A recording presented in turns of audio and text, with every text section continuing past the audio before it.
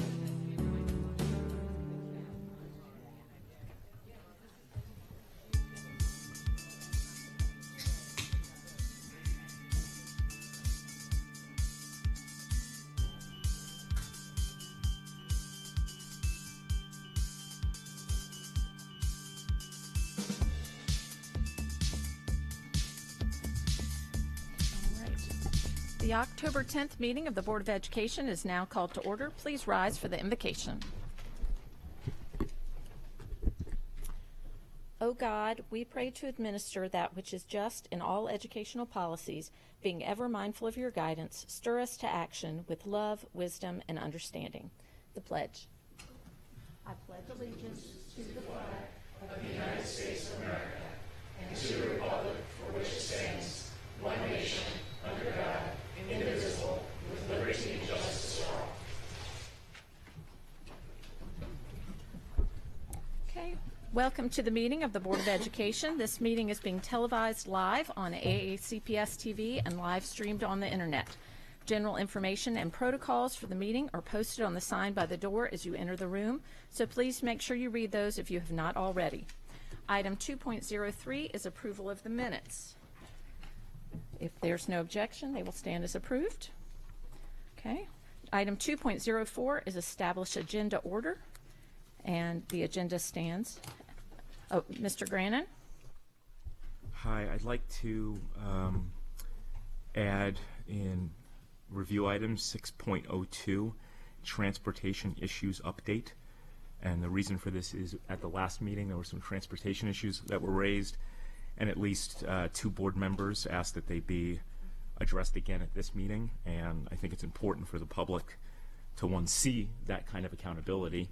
And I understand that the superintendent planned to report on these issues under superintendent's update, but I suggest that they be done in a specified agenda item so that there can be a record of it, and 2, so that people can know and prepare any public comments they might have in response to the superintendent's report.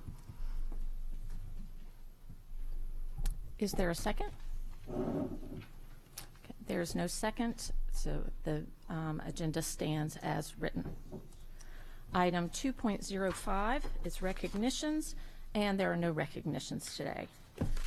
Item 2.06 is Educator of the Month. Unfortunately, the board recently learned that our Educator of the Month for October was not able to attend the meeting today, so therefore our educator will be awarded in December. Item 2.07 is Employee of the Month, Mr. Reinhardt. Thank you, Madam President. Today we recognize a shining star in our school system who is responsible, reliable, and committed to his work. A shining star who serves as a cultural bridge between teachers, administrators, and most importantly, non-English speaking families. William Ray, interpreter and translator for AACPS, faithfully complies with the requirements of interpretation, such as accuracy, neutrality, and delivery of messages in a speedy manner. Not only does William perform perfectly in this field, he does so with the utmost ethics and professionalism in providing language services. William maintains a warm and calm manner when performing his job. Whether assisting with private parent-teacher conferences or interpreting at board meetings for large groups, he provides a comfort level that puts parents and staff at ease. He is skilled at simultaneous interpreting and is indispensable in facilitating communication between schools and parents. Mr. Ray is a true team player. When parents learn that William will be their interpreter as they enter a meeting or conference, they know with confidence that their message will be well conveyed and that they will completely understand the message of the provider. And when the bilingual facilitator learns that William will be the interpreter for the meeting, they know with confidence that the information will be presented accurately and feedback will be provided if necessary. Those qualities assure everyone involved in the transaction of interpretation services that the meeting will have positive results. When asked for a few words to describe William Ray, one of our school principals said the following: "William is incredible to work with as we bridge our languages and bring our families together. His positive attitude and friendly mannerisms allows our school to offer our families the opportunity to learn so that they can take home their new learning to their children. Always punctual and unbelievably flexible, William has helped us over the years build long-lasting relationships that bond our families and school as one." William Ray, you play a critical role in the success of the AACPS Spanish-speaking students and the Hispanic community. You have raised the bar in our school system, and you continue to raise it each day. So on behalf of the Board of Education, the students, teachers, and staff of Anne Arundel County Public Schools, congratulations on being recognized as Employee of the Month for October 2018.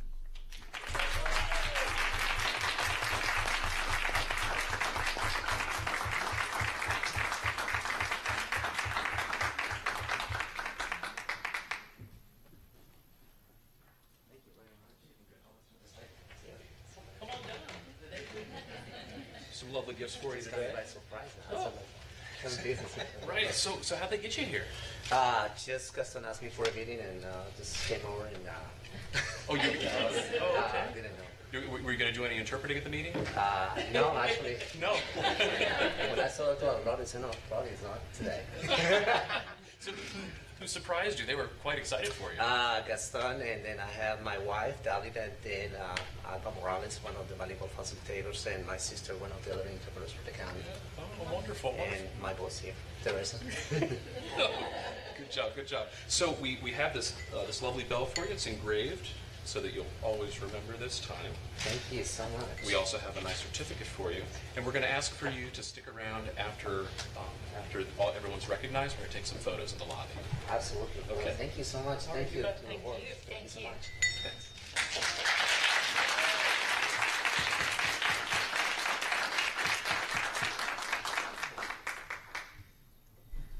And I will echo what was said. I see Mr. Ray everywhere.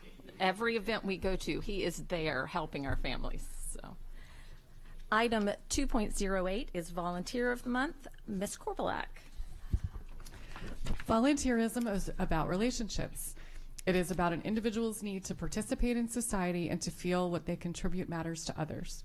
For some volunteers, building such relationships with the schools they serve comes with ease. They are tirelessly flexible, able to shift from making copies to working one-on-one with students to taking the lead on new initiatives.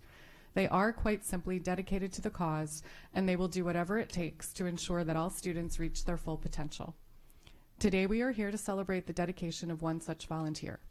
Ms. Shannon Bottom, the Board of Education, is thrilled to honor you as our October 2018 Volunteer of the Month.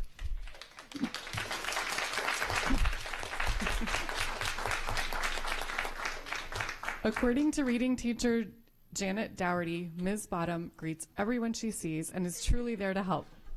She makes our jobs so much easier so we can focus on the reason we are all there, our students. The list of activities she's involved in is vast. Along with an assortment of clerical duties, Ms. Bottom works one-on-one with a second grader who is struggling with math, sitting with the student during math instruction twice a week, and supporting her use of math manipulatives to problem solve. She also serves as second grade room parent and assists on picture day and grandparents' day. As is common for such dedicated volunteers, it is not unusual for her to take the lead when working on a project. For instance, she serves on the park's motivational committee and took it upon herself to make the teachers' park survival treat bags. Her efforts do not end at the school door. School counselor Kim Patterson shared that Ms. Bottom frequently takes work home with her to finish up. Ms. Bottom is not only quick to complete tasks, she is also known for her positive energy.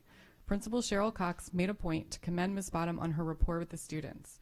She is dependable and willing to do whatever is asked to make our school a better place. Education is truly a partnership, and Ms. Bottom is one of our finest partners. She loves the kids, and it shows in the way she looks at them when she is working with them or even just passing them in the hall.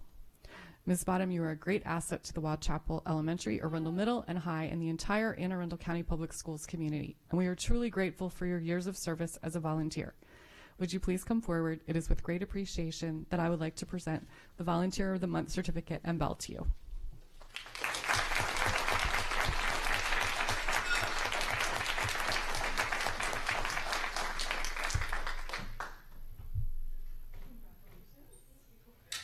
Here is a certificate. Thank you. And a bell you can use to call for help. How'd they get you here? She told me Waugh Chapel was getting an award. Well, they are. No, but I didn't take this for awards. Well, congratulations, and we'll take some pictures after public comment. Or Thank you. Thank you. Thank you. Obviously, Janet came with me, and Miss Cox, the principal. We have my husband, and then my 3 children, and then my wonderful neighbors, Christy and Howard, and their beautiful little girl, Hope. Thank you so much.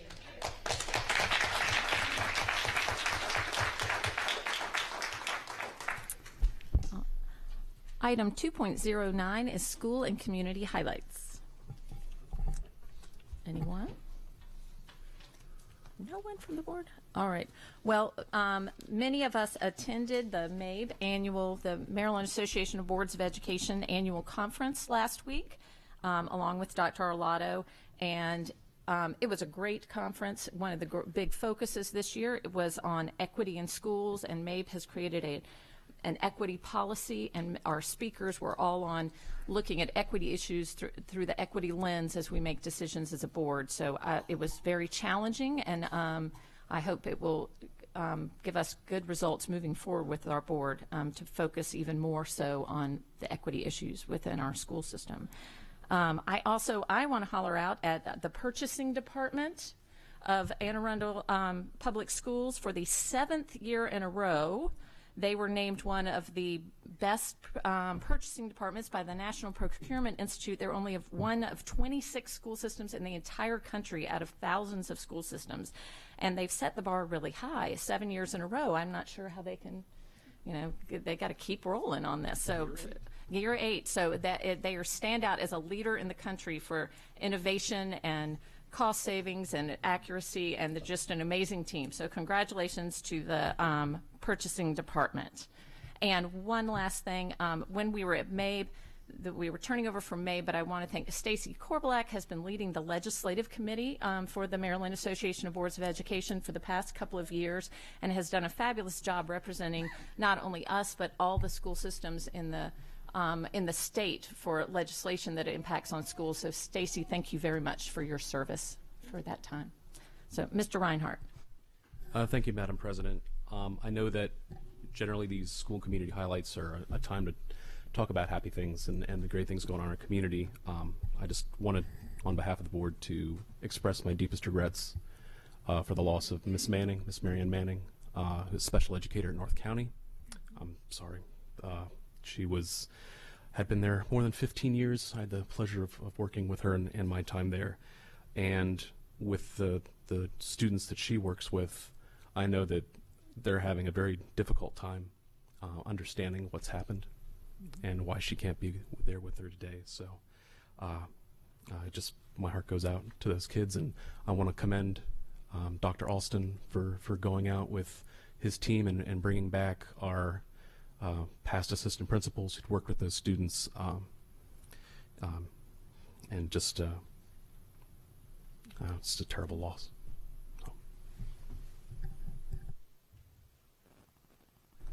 Thank you, Mr. Reinhardt. Item 2.10 is the CAC.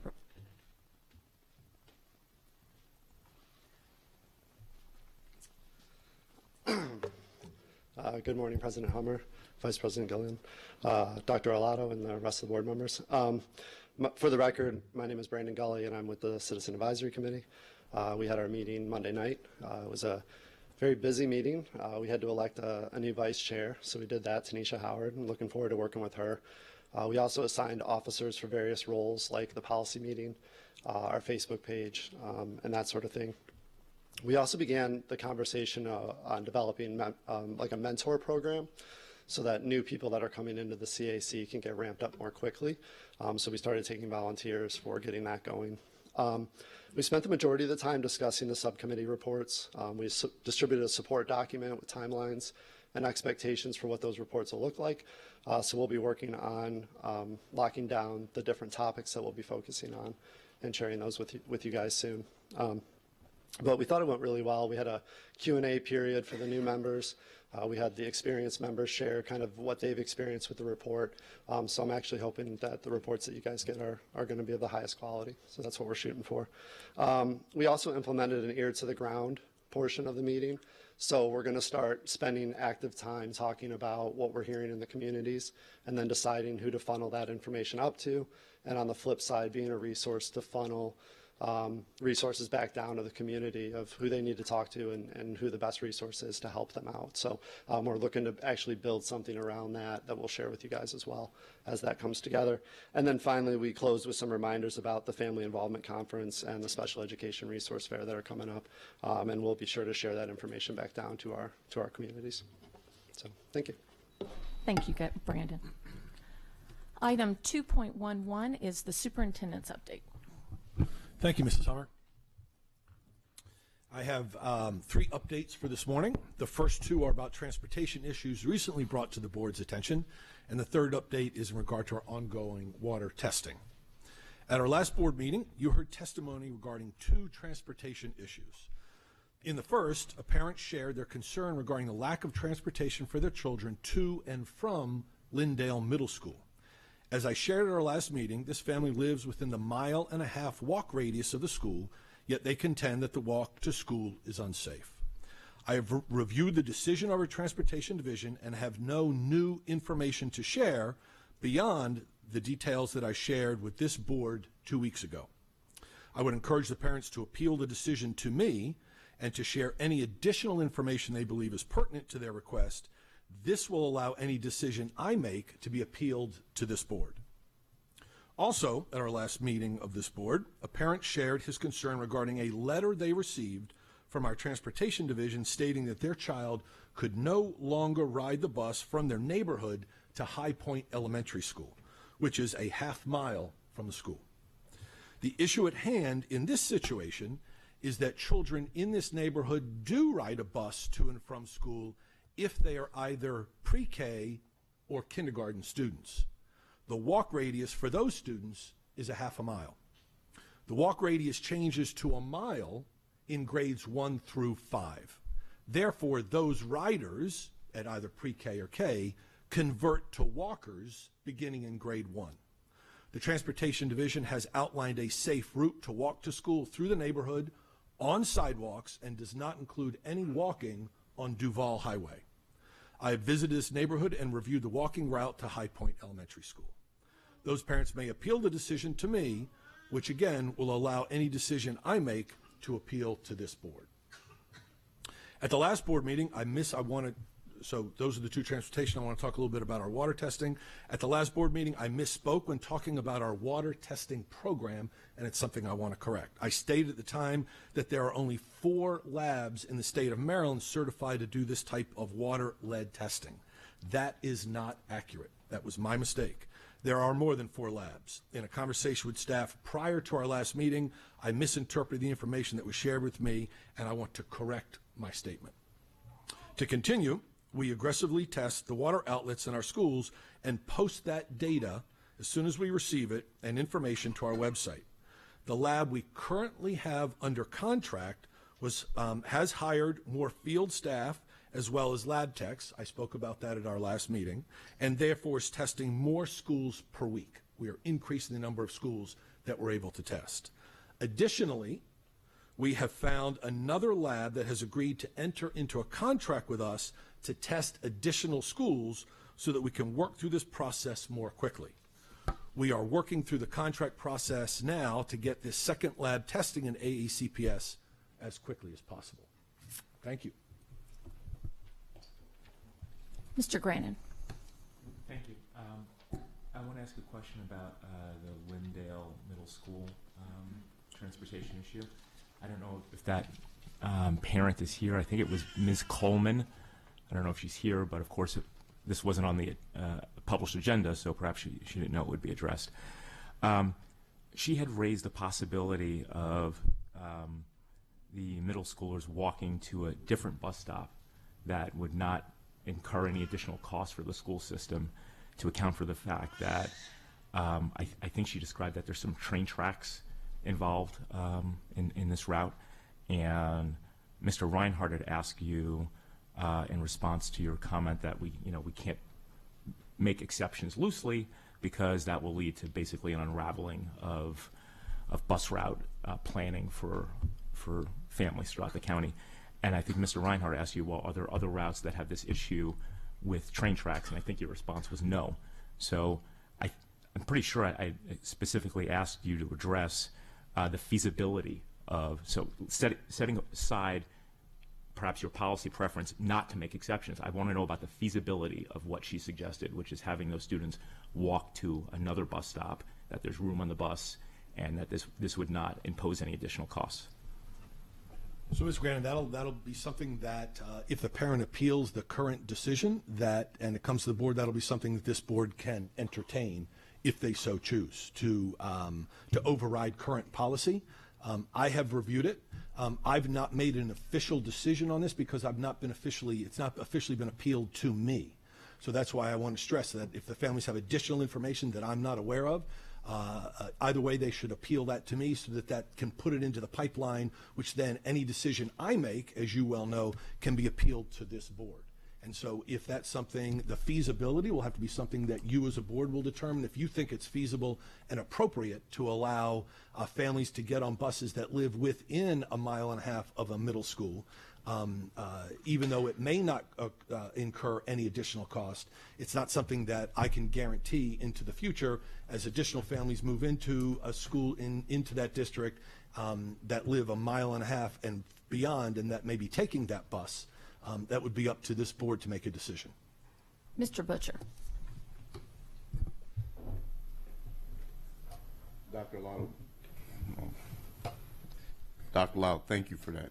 Mr. Grannon, the reason I didn't second your motion to have this added as an agenda item, and I want to get some clarification from you because you're bringing this up again. This was not before the board. Last week, 2 weeks ago, it was not before the board in the proper way for purposes of us to review, a decision. Why would we want to address this before it's properly before the board if it hasn't been appealed? Because the information came to us in a public forum. It was a public comment. Mr. Are Grannon. you ready for me to respond to that? Yeah. Yeah. So there was an express agenda item last time. I didn't put it on the agenda. Obviously, others decided that it should be an agenda item, and it said, I think it was described transportation issues. And in response to the public comment from a couple of different families, including the one, again, I apologize for getting her name wrong. I think it was Ms. Coleman. She made some comments that made a lot of good sense to me. And Dr. Alato's response was, go see such and such after this meeting. And I don't think that's a proper resolution for issues that are raised in public. Had it not been raised in public, then that would be a different story. Had it been raised in just some correspondence to the transportation office or to Dr. Alato, that would be a different story. But because it was raised here in a public forum, I think for purposes of transparency and accountability, we need to give the responses in public. Now, if the response is, I can't comment on this because it's a matter of an appeal or litigation or something, that's a different story. But I don't think it makes any sense to list transportation issues as a specified item on our agenda and then to say, well, we're going to take the follow-up to it and we're going to bury it in the superintendent's report so that those people have no idea that it's on the agenda. If this had been listed on the agenda, they could have come back here and they could have given a response. But they're probably not here because they didn't know. And I don't think that's accountable. Would they not be able to do that if they specifically appealed the decision? They very well could do that, but as we've heard, there's no pending appeal right now. What is the point of having the public give public comment on issues, and then we say, well, we're going to look into it, or the administration says we're going to look into it. If there's going to be follow-up, what's the point? Let's put it this way.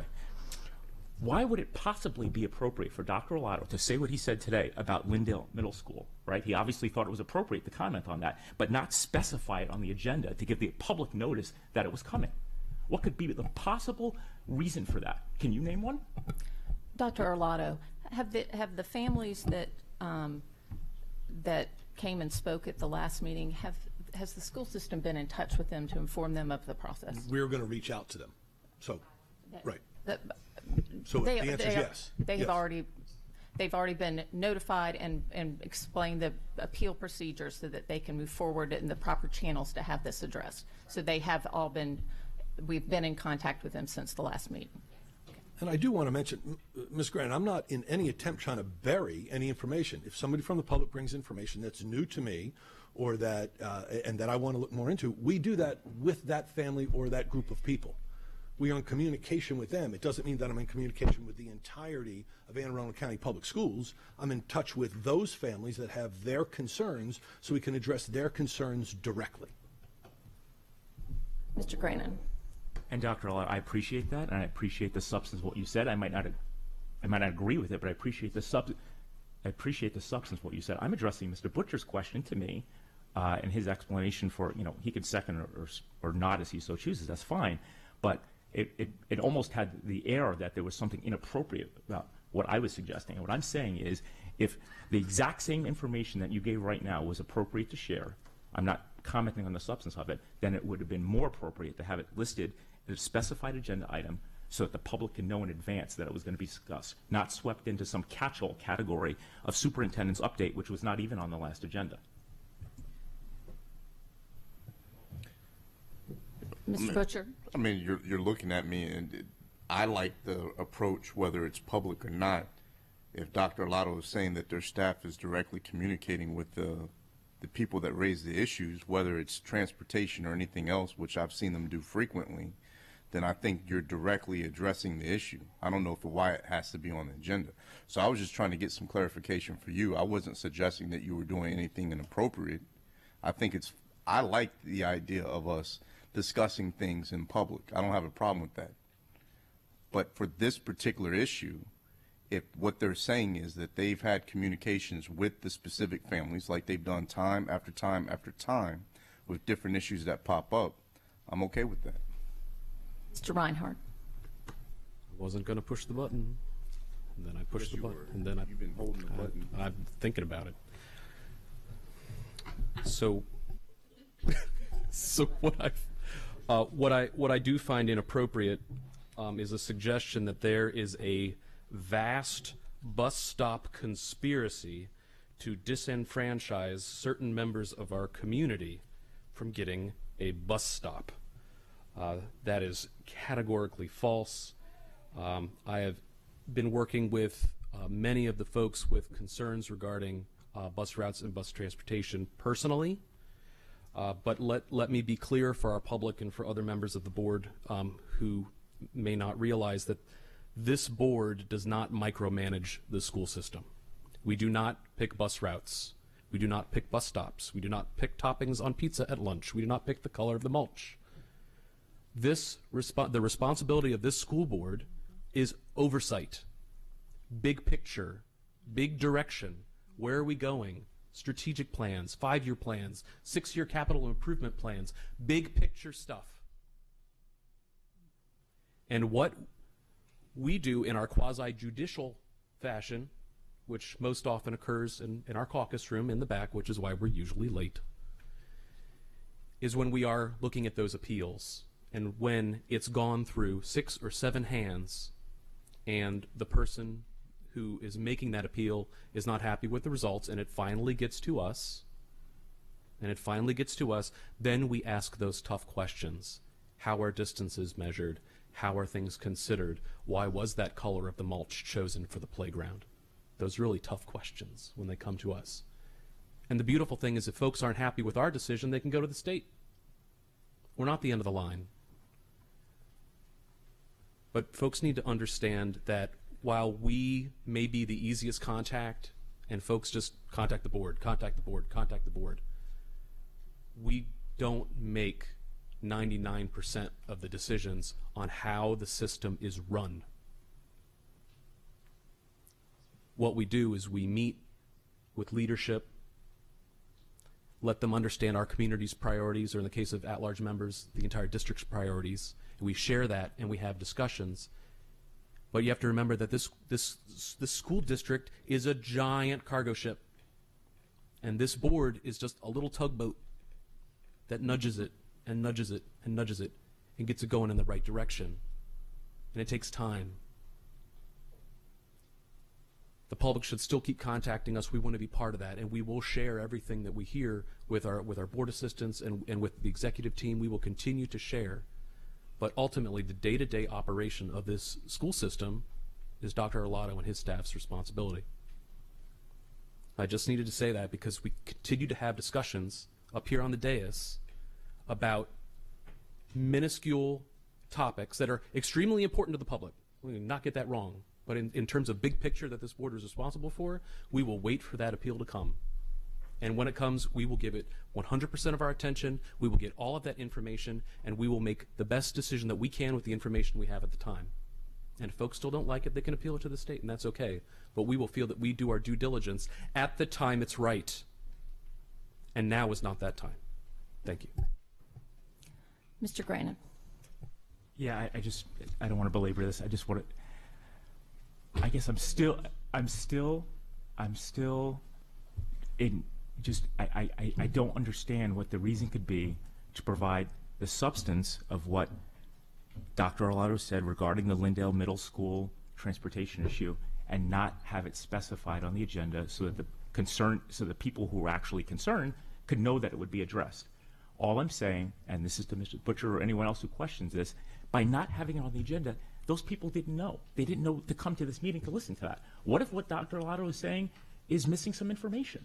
They have the right to give public comment in response to what he says. It's not just, well, he says, well, here's what we're doing, and that's enough. Now, with regard to what Mr. Reinhardt said, that's fine. That's your view. Maybe that view is not shared by maybe that view is not shared by the legislature. Maybe that's why the legislature is changing the composition of this board. But I'm going to tell you right now, if 5 of us think the mulch that is being chosen is not getting the job done, I very much think it is the job of 5 of us to say to whoever the superintendent is, your mulch ain't getting the job done. If you don't view it that way, that's your choice. I'm going to continue to do that. It's Mr. Burns, could we have you come up for a point of order for us, please?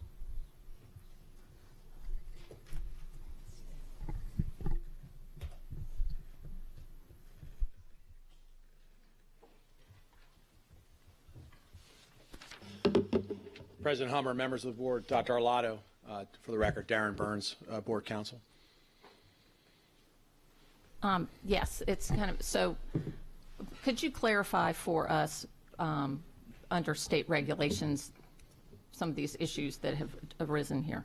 Well, I think actually both Mr. Reinhardt and Mr. Grannon have made points that can be reasonably argued in the direction they wish to go. I think it is ultimately up to a majority of the board to decide what it means to be the tugboat or be the lead ship or anything else. Having said that, though, Mr. Reinhardt's correct in terms of setting forth the actual state law driven mission of a local board of education, and I don't think I could articulate it better without citing a bunch of statutes than he did. I do think it's important on this particular point that the reason I believe Dr. Arlotto brought back some specific information about some specific situations is that at your last meeting, that request was made of him. And so unless Dr. Arlotto was prepared to, at that point in time or in the intervening time, come up with a legal reason not to come back and talk to you, he was going to provide that information. So that answers the question, why would he provide that information? In terms of the agenda, I do want to correct the record. It was said that there was a transportation issues item on the agenda last week. It was actually called transportation update, and it was called Update on Transportation, and the cover sheet said, on April 18th, staff provided to the Board of Education an update regarding implementation of the transportation routing system, which I believe is software-based and other things. And so that's last spring, and it was going to be implemented at the outset of this school year, 2018-19. So the point of the report last week, as a matter of public record, was an update on the implementation. To the extent the public, rightly or wrongly, no one objected to it, and the public, 3 or 4 people came up and spoke on transportation-related issues at that time. I'm not so sure they could not have spoken on those issues in the public comment period, but they spoke at the time of the transportation update. 1 or 2 of them raised issues that sounded like the kind you could hear on appeal. But to our knowledge, and your knowledge as a board, there were no pending appeals. So they said what they said in public comment. They raised issues for the board members. That's entirely appropriate. They raised issues for Dr. Arlotto at the request of 2 board members to report back on. And there is certainly nothing in your policy, your handbook, or the law that says the superintendent cannot report back to the board members as requested at some point at the next meeting or whenever you request it. And there's nothing wrong with it being placed in the agenda as a superintendent update or, frankly, as any other item that the board agenda wishes to create. But there was no transportation update or transportation issues update. It was a routing implementation update that led to public comment, that led to questions to the superintendent. So, with respect to Mr. Grannon's question, again, I don't think it's a legal issue. I think you all are having your discussion on it, and it's entirely appropriate.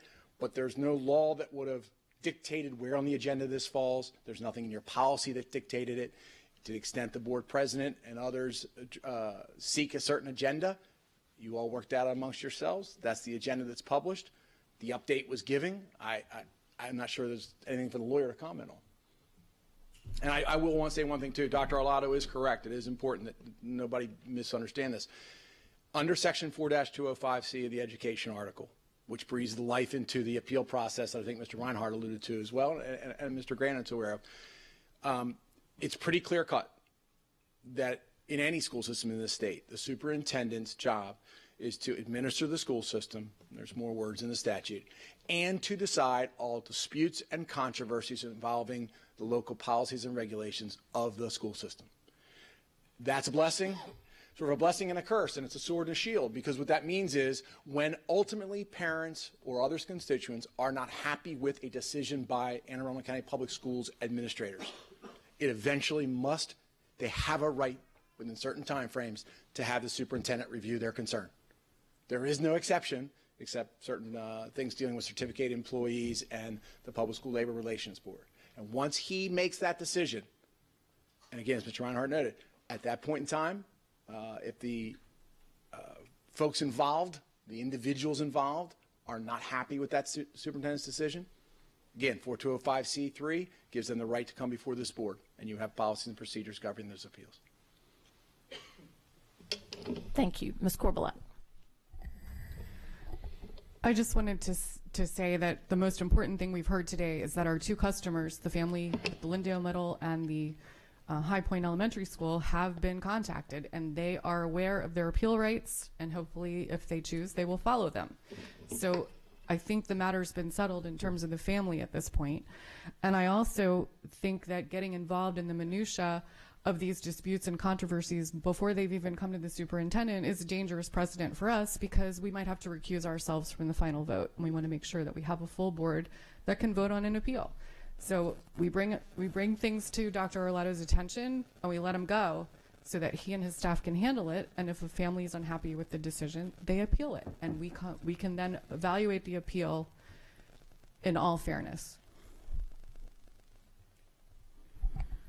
All right, now we're going to take a brief break so that we can take pictures with our two employee and volunteer of the month, and then we will come back for public comment.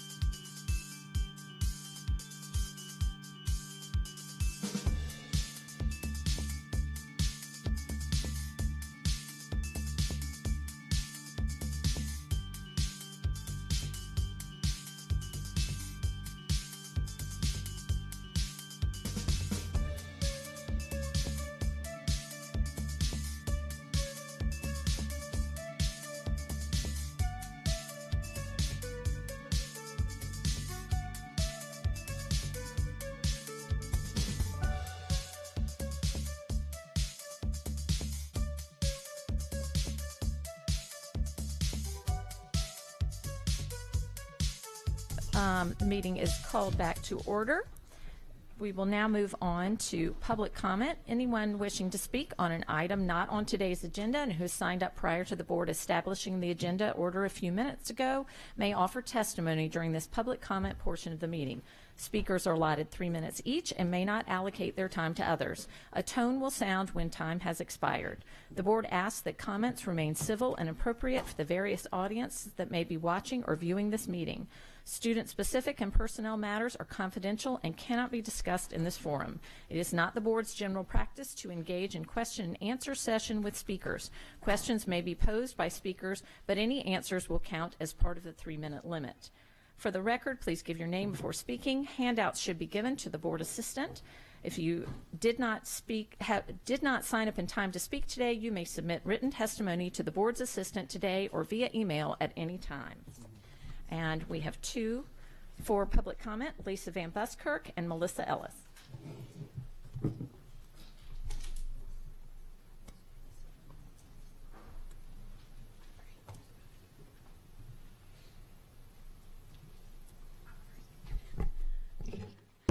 Good morning, Board of Education and Superintendent Nalato. Lisa Van Buskirk will start school later. Thank you very much, Mr. Grannon, for seeking transparency for all things that the Board of Education and AACPS does. I wasn't planning on being here today because I'm waiting for some information, but something happened yesterday up in Hartford County at 6:42 a.m. A 16-year-old was struck and killed while running to catch his bus. Civil daylight was just beginning because sunrise was at 7:12 a.m. Could this tragedy happen here in Anne Arundel County? Yes, sadly it can. Because in January, the latest sunrise time is 7:24, which means almost all of Anne Arundel County's buses have started or are well into their bus pickups before it even begins to get light. Could this accident happen in daylight? Of course, accidents happen 24 hours a day. But then the students would be visible to the drivers should that terrible accident happen. Has such an accident as this happened in Anne Arundel County? Sadly, yes.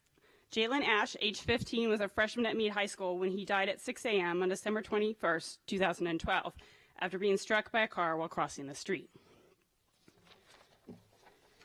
How can we ensure that future student pedestrians don't have accidents in this dark? By using our transportation software that by the BOE setting parameters or a policy of reasonable and safe pickup times. This isn't micromanaging the transportation department, it's setting a policy for safe policy for AACPS to implement, and then by holding them accountable to that safe policy for all students. On the second topic, when a transportation specialist tells a parent that the software for bus routing regarding the software for bus routing, she has no idea for what it's supposed to be used, everyone's having trouble with it, and she sees no use for it, then I think we have a communication problem between this board's vision of why the software was purchased and the end users, and then certainly your customers. I think we also have a training problem if the software isn't being used. This board could help the transportation employees by hiring outside help, as I've suggested many times. A representative from Education Logistics, also known as EduLog, reached out to me in September after my letter to the editor regarding bus routing and the smartphone app. Surely they've reached out to AACPS and not just me. And they're not the only company available to help. There's time before this board has a major change in membership where you could actually begin to help the students and the transportation specialists by seeking outside assistance and begin to implement safe school bus policies. Thank you. Thank you, Ms. Van Buskirk.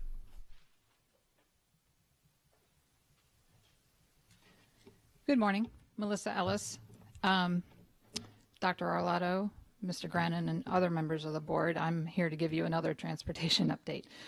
I have two high school students, and their bus started arriving earlier and earlier as the year has gone on, and I expressed my concern to Transportation Department that they're being picked up too early.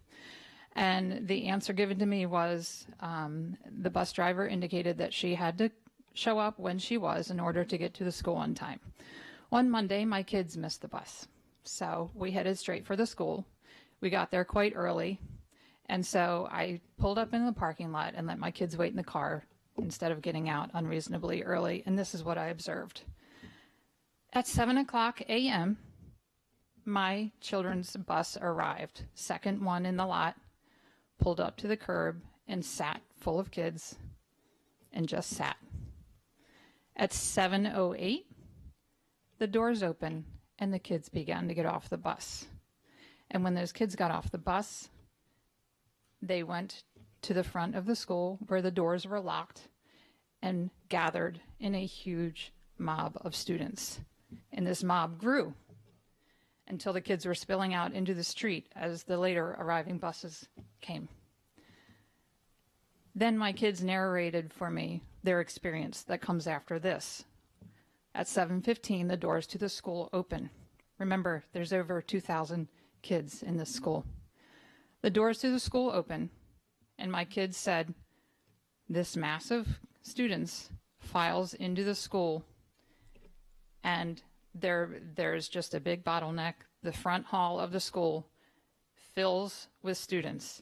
And as the students are entering the school, they can't move because there's such a mass of students, and they're still coming in from behind. And as this is happening, and as kids are basically frozen in place for up to 30 seconds, as my students described, there's adults in the hallways yelling at them, keep moving.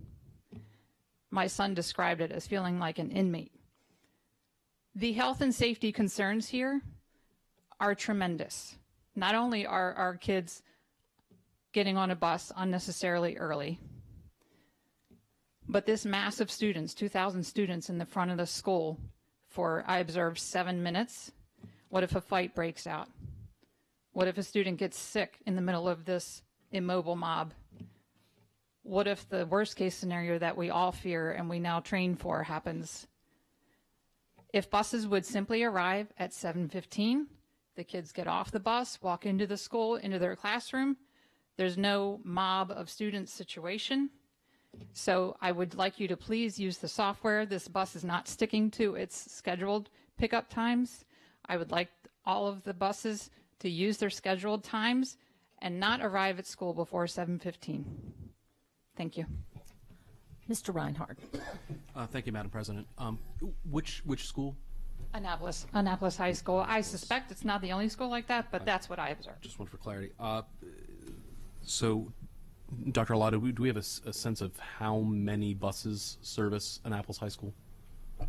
I don't have that number off the top of my head. It feels like 100 when I'm waiting. Yeah, that's true. It's a lot. So it fills the front lot, that's for sure. It does. So yeah. Probably upwards of 30. There's a lot of buses. Yes, it serves that school. And is that a school level decision of when they open the doors and allow students in, or does this board have a policy that states when school doors must be open for students? So there are a couple of issues that are on the table. So to answer your question directly, it's the school will make that decision when they're going to open, but we have a contractual basis of when teachers begin having the responsibility of students in the building. So we have a certain contractual time of when the adults have responsibility for students, our teachers, and so we just can't allow students in the building if they arrive at 6 a.m. and then open the doors. I'm using that figuratively for conversation's sake, for explanation's sake, and then have an adult responsible for them. When the students enter the building, we have to have an adult responsible for them. So we have contractual obligation about when we can open the doors to allow the students in. The other piece is getting the students there on time, right? And so it's as much of a ballet, as you well know, as transportation is, and timing. So much of it is dictated by, particularly in the morning and then in the afternoons, by traffic. And so yes, sometimes buses pick up earlier and arrive earlier and idle with students on bus before allowing them in, because it's not an exact science to have the bus pull up, students get out, and it's exactly the time they can walk into the building. We would like it to be that way. That's what transportation aims for. It's not an exact science in that ballet of buses arriving, the students disembarking from the bus and being able to walk directly into the building. And this is the first run of the day for these buses. They have other schools to go to after this? Correct. And would their drop-off time be dependent on what their next route was? Could be. So they'll need to obviously pick up at a time, then drop off at a time so they can exit that school parking lot to get to the next run. That bus could have upwards of 4 runs in a day. So that's their first run of the day. Then they're circling back and now doing a neighborhood of middle school, elementary school, and they could do 2 elementary runs. So coming back to Ms. Van Buskirk's earlier public statement, she mentioned that the latest sunrise was 7:24 a.m. And I found that in the Baltimore region, the earliest sunset is 4:43. So we're looking at our leanest time. We have a little over 9 hours to do 4 bus runs in the morning, teach our students, and then do 4 bus runs in the afternoon. Is it possible to get all that done in a little over 9 hours? I've not attempted to do the math and sit down. That's a tough timetable to adhere to. I don't know with those bookends, if you're talking about just daylight hours only, that's a real, which is I think what you're referring to, daylight hours only, I think that's a pretty tough call. Ms. Natalie. I observed 3 different high schools. I'm not usually up this early, but I've been up early, taking grandchildren and whatnot, and 10 minutes difference is huge in the Annapolis area, in the Severna Park area, for traffic. I worry, and I understand we won't, that all the need they're saying for later bus times and all this, but the traffic is absolutely, Severna Park High School this morning, all the school had started when I passed. The traffic was bumper to bumper both ways. It took me a good 20-25 minutes to get down Benfield. I cannot imagine if Severna Park High School started 15 or 20 minutes later. I don't even know if the buses would get there. It's unbelievable. I've never really witnessed it. Then I was out, same thing, Annapolis High School, or after it was all settled. I couldn't believe the traffic on Riva Road. So I'm just wondering, and I fully understand. I mean, I was a principal, and I know when those kids' buses arrived, I wanted to be able to bring them in. But I was in elementary school, a little bit different numbers. But you still, it's hard. It's hard. I understand it's hard. hard. It really is hard. And I don't know. I don't think starting later, starting earlier, 8 minutes. If that bus didn't pick up at 7, if they picked up 10 minutes later, I know if I leave to pick up when I'm doing some carpooling, 10 minutes later, I'm done.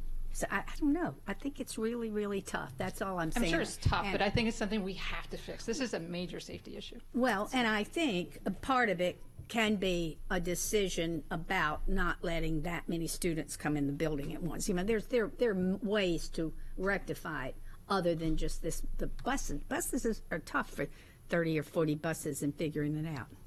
Mr. Grannon. Thank you. I just have a quick question for Dr. Alato or whoever might have the information to answer this. I assume, and disabuse me of this if I'm wrong, but I assume the published bus timetables are the product of the software after it's been optimized and all that stuff. How frequently does a sort of real-world deviation from that schedule, how frequently does that have to happen before the schedule is adjusted? And I guess my question is, how many times does the bus have to come 10 minutes early before the schedule is actually changed to account for that? Or how many times does the bus have to come 10 minutes late before the schedule is changed? That's what I'm trying to get a sense of. So it's usually, and this was part of the update that you got several weeks ago, or in August, this very topic was discussed. It's usually the first couple of weeks of school that bus drivers will make some adjustments, and even more so this year because we were going on the numbers that the software produced, and then the people then have to go back as the bus drivers are running those routes based on those numbers produced by the software to make adjustments. So there are times throughout the year that could be tweaked when the buses are running perfectly well and on time, coming and going, and then construction happens on 175. And when the construction project crops up, then they might have to make some adjustments and let the families know that they might be coming or going. So that does happen throughout the year, but it's fairly infrequent. It's typically in the first 2 weeks of the school year, sometimes 3, that adjustments are being made to the schedules from what was initially published. So in response to this point, if it were an ongoing issue that the bus were 10 minutes early for 2 weeks in a row or something, like, the schedule would be changed. It should be changed, and it should be it should Do be you looked want at. real world, It should be looked at and should be adjusted. Yeah. Do you want a real world observation on that? Well, so if we could, Dr. Arlotto, could we have transportation check into the bus times for Miss Ellis's bus? I wrote down several things, not the least of which is the students are entering the building. Right. Something that we can take a look at. That would be a concern of mine. Mrs. Nally brought up the students entering the building all at once. We've got several entrances in Annapolis High School, and I know we've utilized those in the past to allow students in separate entrances. It all depends on what the coverage is in the morning for the school.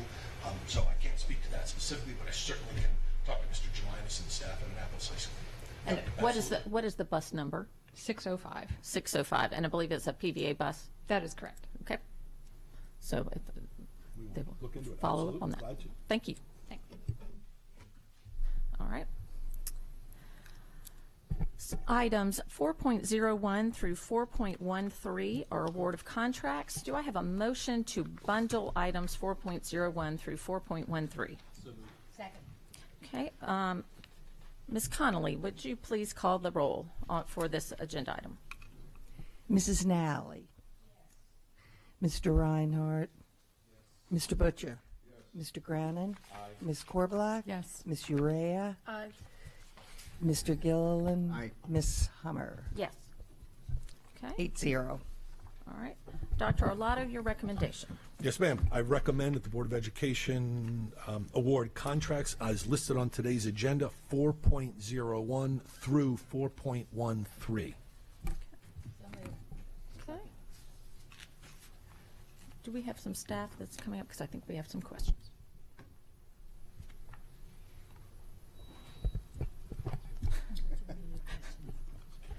So,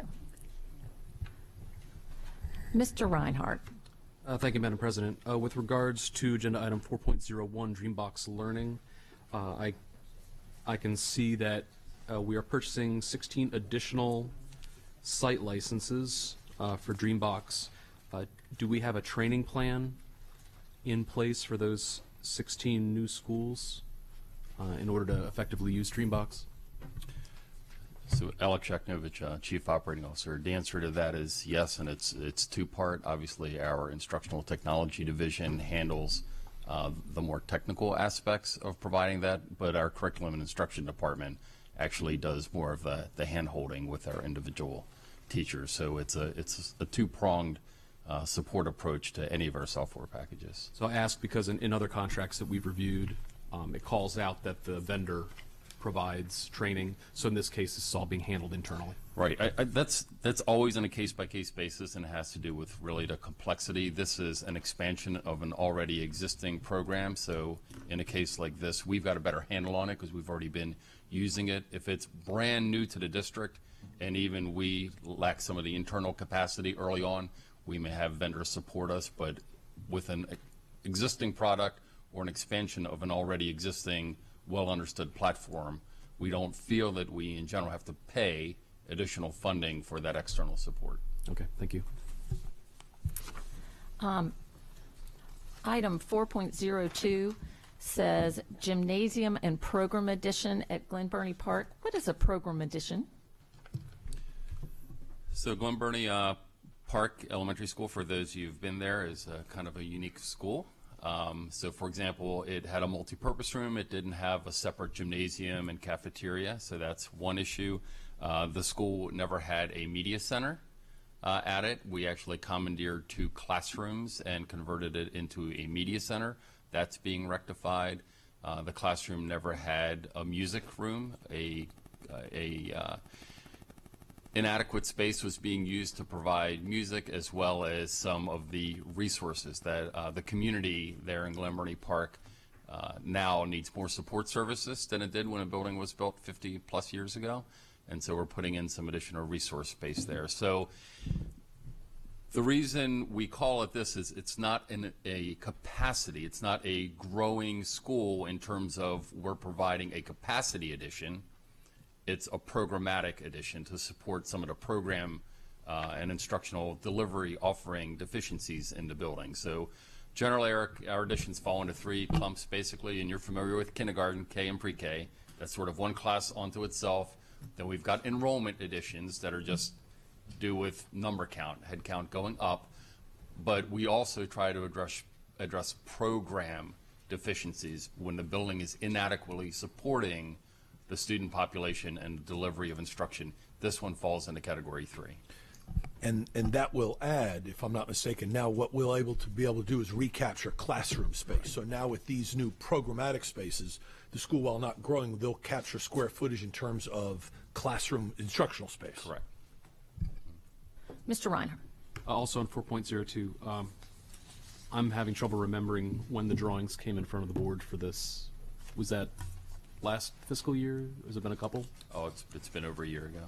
Okay. Item 4.04, the open space enclosure for Chesapeake Middle School. I thought we'd already started on that. Was I mistaken? Was I confusing it with Chesapeake High School? Chesapeake High School is actually being brought to a conclusion. It's already fully occupied. What you're remembering are all the different design elements, the architectural contracts, et cetera. This is actually the physical construction kickoff contract. Okay. I was thinking it was already underway, but I guess it is, and that we're ready to go now. They have the plans. All right. Make sure I don't have any others. Are there any other board questions or comments? Okay. Is there any public comment? All right. Ms. Connolly, would you please call the roll? Mrs. Nally? Yes. Mr. Reinhardt? Aye. Mr. Butcher? Aye. Mr. Grannon? Aye. Ms. Korbelak? Aye. Ms. Urea? Aye. Mr. Gilliland? Aye. Mrs. Hummer? Aye. 8-0, motion passes. Item 5.01 is administrative personnel appointments. Dr. Olato, your recommendation. Yes, ma'am. I recommend board approval of the personnel listed on the attached sheet be promoted and or appointed. Do I have a second? Second. Okay. Mr. Reinhardt. Thank you. I wholeheartedly endorse Mr. Kaufman for this position, if only that we should give saxophone players an opportunity for leadership at all times. That was the main criteria, I believe. I'm not sure where to go with that, Mr. Reinhardt, but thank you for the suggestion. Are there any other board questions or comments? Ms. Connolly, would you please call the roll? Mrs. Nally? Mr. Reinhardt? Mr. Butcher? Mr. Grannon? Ms. Korbelak? Aye. Ms. Urea? Aye. Mr. Gilliland? And Mrs. Hummer? Aye. 8-0, motion passes. Okay. Item 5.02 is personnel. Dr. Olato, your recommendation. Yes, ma'am. I recommend that the board approve the actions as stipulated on the attached sheets. Okay. Are there any board questions or comments? Mr. Reinhardt. Yeah, I'm going to get my streak from last time. How many vacancies do we still have? Direct classroom vacancies, we have 22. 22. Okay. We have other vacancies, but direct classroom. Are there any other questions? Ms. Connolly, would you please call the roll? Mrs. Nally? Mr. Reinhardt? Mr. Butcher? Mr. Grannon? Ms. Korbelak? Aye. Ms. Urea? Mr. Gilliland? Aye. Mrs. Hummer? Aye. 8-0, motion passed. Item 5.03 is filling a vacancy on the Executive Committee of the Countywide Citizens Advisory Committee. This is our own item, so it's not a recommendation from the superintendent. Do I have a motion? So moved. Second? Second. Okay. Are there any board questions or comments? I don't think we take public comment on this. Ms. Connolly, would you call the roll, please? Mrs. Nally? Mr. Reinhardt? Mr. Butcher? Mr. Grannon? Ms. Korbelak? Aye. Ms. Urea? Aye. Mr. Gilliland? Aye. Mrs. Hummer? Aye. 8-0, motion passes. Okay. Item 5.04 is the Crofton Woods Elementary Classroom Addition. Dr. Arlotto, your recommendation. Yes, ma'am. I recommend board approval of the Crofton Woods Elementary School Classroom Addition Design Development.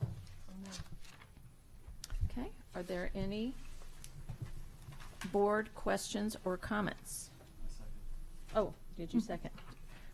Second it. So are there any board questions or comments? I actually have a question.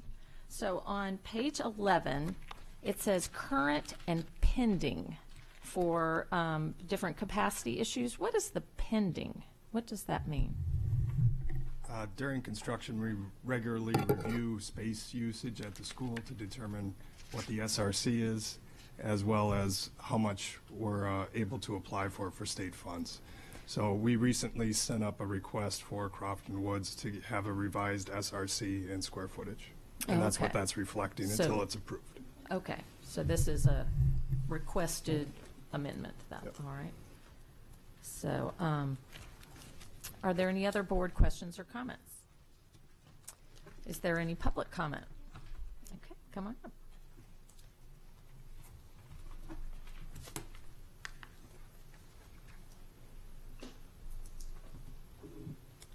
Good morning. I'm Pat Hooker. I live in Crofton, and I have some questions about this exhibit. I'm just sort of was sleeping. I didn't realize that classroom additions were so popular in Anne Arundel County. And my question on this one is that in 2010, Crofton Woods Elementary School had a 5-classroom addition. And here we are 8 years later, and Crofton Woods Elementary School is getting a 6-classroom addition. And my question is a school system question, not just to this particular school. How many classroom additions can you put on an elementary school before that gentleman gets concerned? How many classroom additions can the original core of an elementary school support before you start to diminish the program that those children are receiving? And I don't need an answer now. I'm going to leave my name. And the second question I have has to do with this gentleman. I read on page 18 that Crofton Woods Elementary currently has a student capacity of 639, and that's everywhere. That's what it does. And we're going to add 6 classrooms, and we hope to take the capacity up to 833. That's 194 students. My recollection from years ago was that 23 was the number, that it would be 6 times 23 for the addition, not 6 times 32 and a half. So that's my second question. I would like someone to address the issue of how we're going from 639 to 833 with just 6 classrooms. And I will leave my name and my contact information, and I don't care who gets back to me or how it's done, but I will appreciate someone getting back to me. Thank you. We'll be happy to get back to her. Yes, we'll get in some details. Ms. Corbalette. Just curious, is Two Rivers community feeding into Crofton Woods? Is that driving the growth at all? No, right now they're at Crofton Elementary. Okay, thanks. Was the addition that was done in 2010, was that a kindergarten addition? That is correct. So that was not a regular classroom, that was part of the 2010 edition was a kindergarten classroom addition, which we have done to all schools as they moved forward into all-day kindergarten. Okay, I'm sorry, we added 5, it says 5 classroom addition, it was 5 kindergarten classes? Yes, oh, okay. yes. Mr. Grannon. I'm sorry, but that would have then released the classes, as Dr. Arlotto referred to, that served as kindergarten classes to regular classes. Yes, ma'am. Yes, ma'am. With one caveat, that it was in 2007 that all-day K became mandatory. So we're still catching up with that. That's the reason we still have some classroom villas on the outside of buildings to still accommodate. So we're still catching up with classroom additions because it was not the law at the time until 2007 that you had to have all-day kindergarten. So we're still catching up with something that we didn't have to provide prior to that. I have read that you have a lot of kindergarten additions going on. Mr. Grannon. I guess I just wanted to, are those questions unanswerable now? Is that why do you not have the information to answer those questions? No, I can answer that now. Yeah. I would really like you to answer them in send me an email or Well, some sort of written correspondence, because I'll get it going. So I would appreciate if you could do that. We can do both. We can do both. That would be good. Because again, when you raise questions in public, to the extent that there's answers, there's no reason they should be answered in public. So, you know, for example, the one person that's watching us on TV right now might like to know the answer to those questions. So just referring back to page 11 of the report, they do have the current and the pending. So the 639 came from the current, which is approved by the state, and the 695 will be the revised SRC. It is still 23 per classroom, which will get you a total of 833. And if needed, we can submit the SRC calculations of how we received. So those figures do work out as to 23 per classroom. Yes, we just left the 639 because that's the official approved SRC that the state recognizes. So to avoid confusion when the state reviews this, we left that as a pending column and a approved column. And it's not all that unusual that we get state-rated capacity changed. As things in a building change, that we sometimes they are increased or lowered based on different programmatic things. Right. There's a number of different times where we would review SRCs, and construction is one of those times. Mr. Gilliland. Thank you, Madam President. Just in the interest of both transparency and clarification, I think there was an additional question about the core of the building sustaining a certain number of modular additions.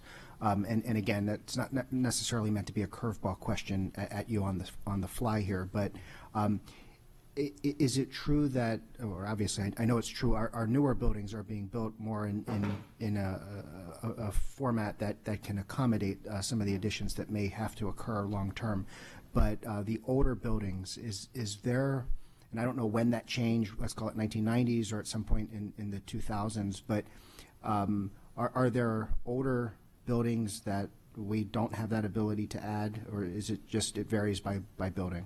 It varies by building, but there's been a number of different avenues that we've taken to increase the core, including gym additions, that have allowed us to increase the cores.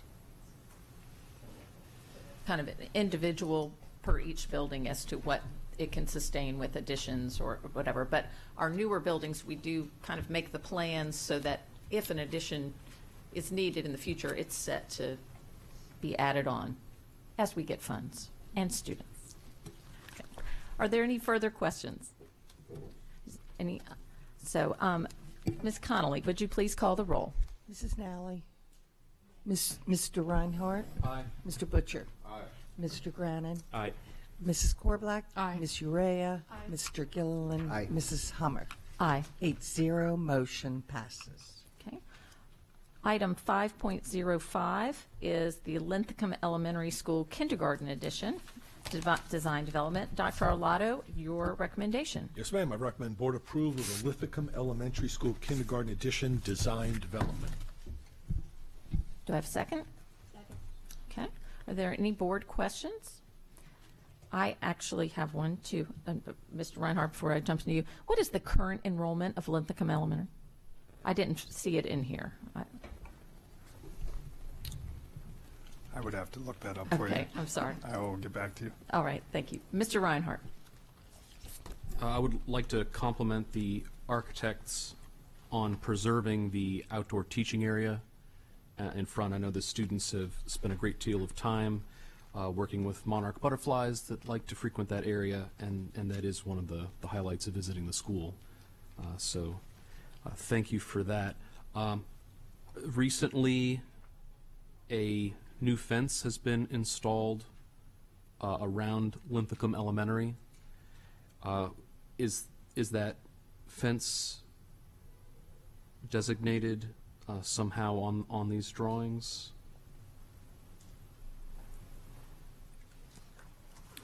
The fence was installed by the Recs and Parks Department. Yeah, So. because I noticed that there was also a new 30 by 30 play area with a 4-foot fence, and typically we don't fence in our playgrounds. Why was that decision made? It should not be. It's just something that they've made an error on. We don't normally do it, so we would not do it in this case. So should we not approve this document be? We'll correct it in the next revision of the drawings. The CD package will have that reflection. Well, it still will be a play area, it just won't have a 4-foot fence around it. Correct. Mr. Gulley. Thank you again, Madam President. Just one question. What is a micro retention area? And I'm sorry if somebody asked that. It's for keep pre-K students.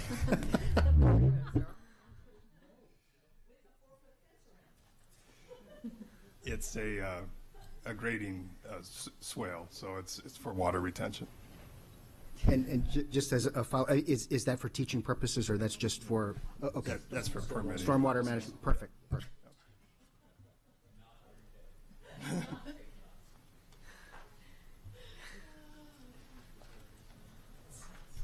Are there any further board questions? Are there any public comments or questions? Ms. Connolly, would you please call the roll? Mrs. Nally. Mr. Reinhardt. Mr. Butcher. Mr. Grannon. Mrs. Korblack. Ms. Urea. Mr. Gilliland. Aye. And Mrs. Hummer. Aye. 8-0, motion passes. Okay. Item 5.06 is Millersville Elementary School Kindergarten Edition. Dr. Arlotto, your recommendation. Yes, ma'am. I recommend board approval of the Millersville Elementary School Kindergarten Edition design development. Okay. Mr. Reinhardt. I missed it a little bit earlier. I had to. So anyway, page 33 of the elevations. So I noticed on the side of the building there's an architectural element with those vertical white stripes. Are those still windows that students will be able to see out of, or is there some structural element behind there? It's more of an architectural feature. It's steel sheeting. It's steel sheeting. Steel sheeting. So that will decrease the amount of sunlight going into the classrooms then?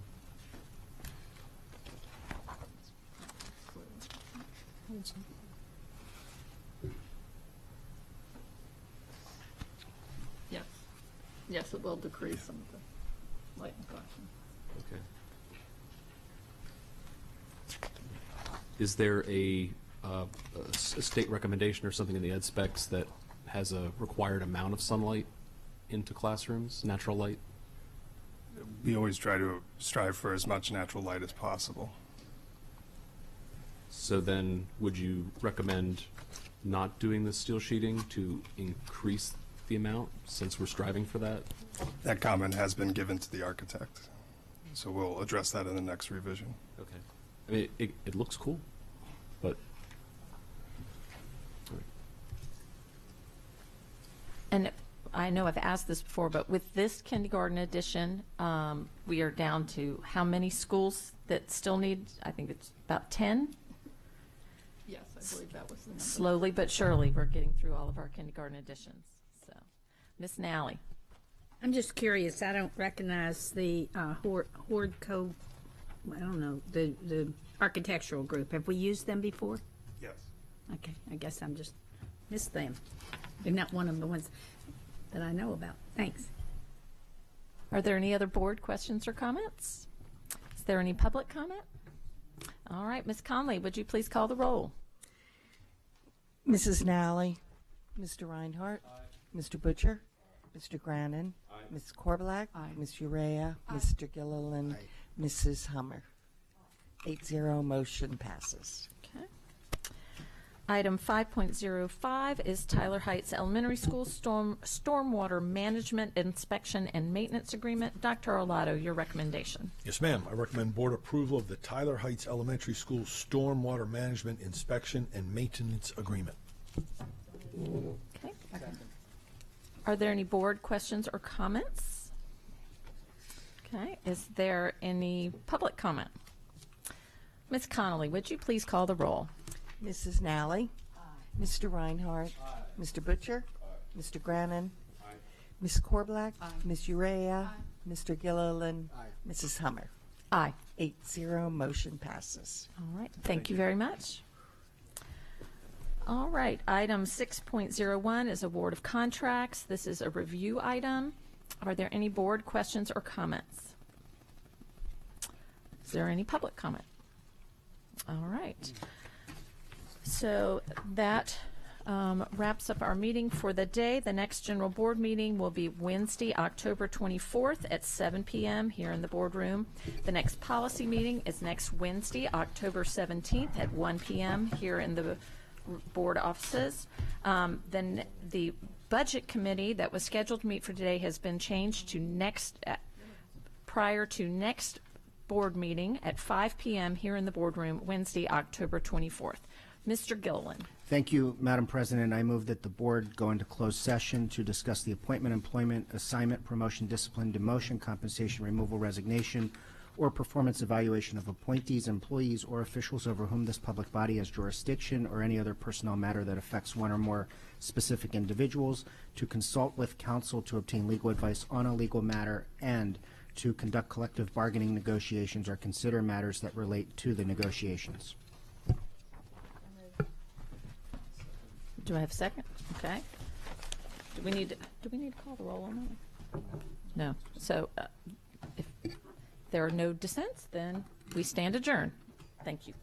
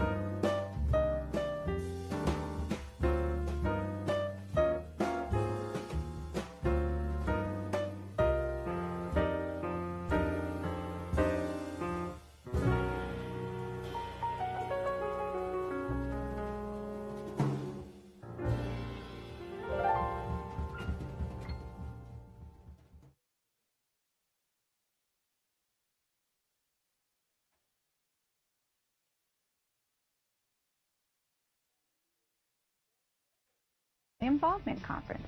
Our theme is We Are Better Together, and the importance of relationships will be at the forefront. The conference is free and open to all interested family and community members. It will be held at the Arundel Community College in Arnold from 8:15 a.m. until 2 o'clock p.m. We will be joined by Superintendent Dr. George Arlotto, as well as Deputy Superintendent Dr. Maureen McMahon. Participants will choose